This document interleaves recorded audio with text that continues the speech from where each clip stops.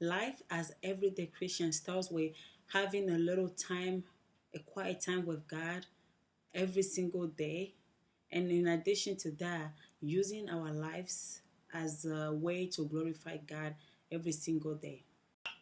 The Bible tells us that we should support each other and love each other and carry each other's burden, which brings it to the topic of today: life as a Christian and the support group system.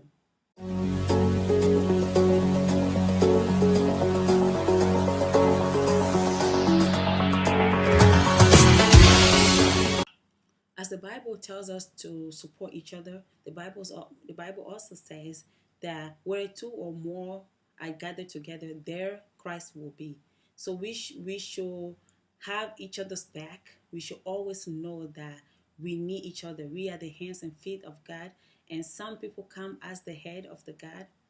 Some people come as the hands of Christ. Some people come as the feet of Christ, and some people come as the brain of Christ. We all need each other. That's where support group is formed. This brings it back to the definition of support group. The Google definition of support group says that where lots of people or people with the same vision or calling gather together to find solution and encourage each other, or they have the same concern about a certain topic. That's when a support group is formed. The Bible also tells us in Ephesians chapter 4, verse 15 to 16, that we should speak to each other in truth, with love and gentleness. Always remembering that we are also sinners. We were sinners, we are still sinners. God has given us opportunity to be something different. So we should not judge other people. We help restore other people as much as we can so that we are not tempted. We always have to remember that we were at some point on the same situation, lost, maybe addict, or something else that were going on in our life. So we are here as Christians to be a part of a big Christ body, as the hands and feet and eyes or whatever it is that you are to Christ. It is so sweet when we come together as one rather than tearing each other apart and keeping each other in the same level at all times. We should try always to check on each other once in a while, call each other, hang out outside of the support group. Some people come as very shy. They can really experience or explain why they are here or what they are struggling with. But meeting them outside of the support group one on one sometimes can actually open doors for more opportunity to have more conversation. After a while, people grow apart.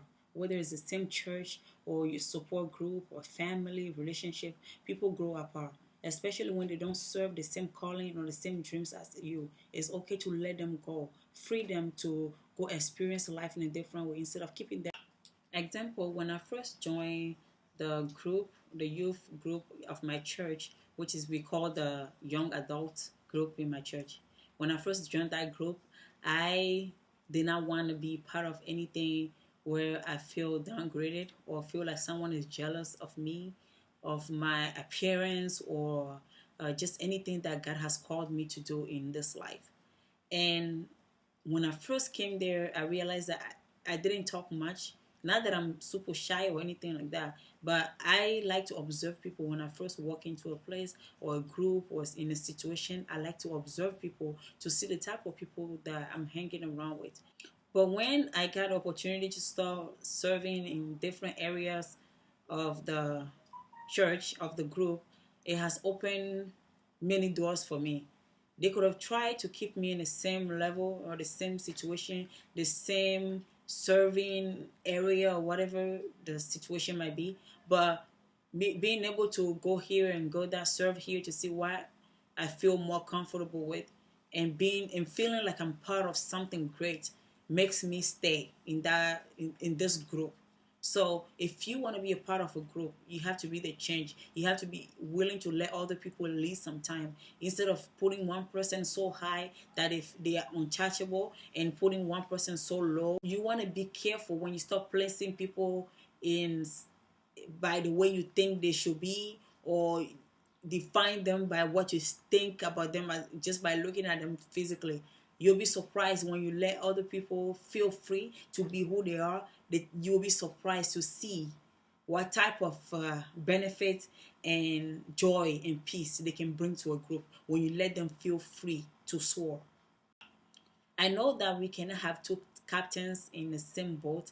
There's always have to be rules to follow and authorities in place, and someone that is, higher in position and everything. But that doesn't mean that everybody else is just, I don't know, low in quality, or they're just not there. Don't make anybody else feel invisible just because they are not the preacher type, or the worship type, just because they just like to serve in the kitchen, or they like to serve as greeters. That doesn't mean that they are just lower than anybody else.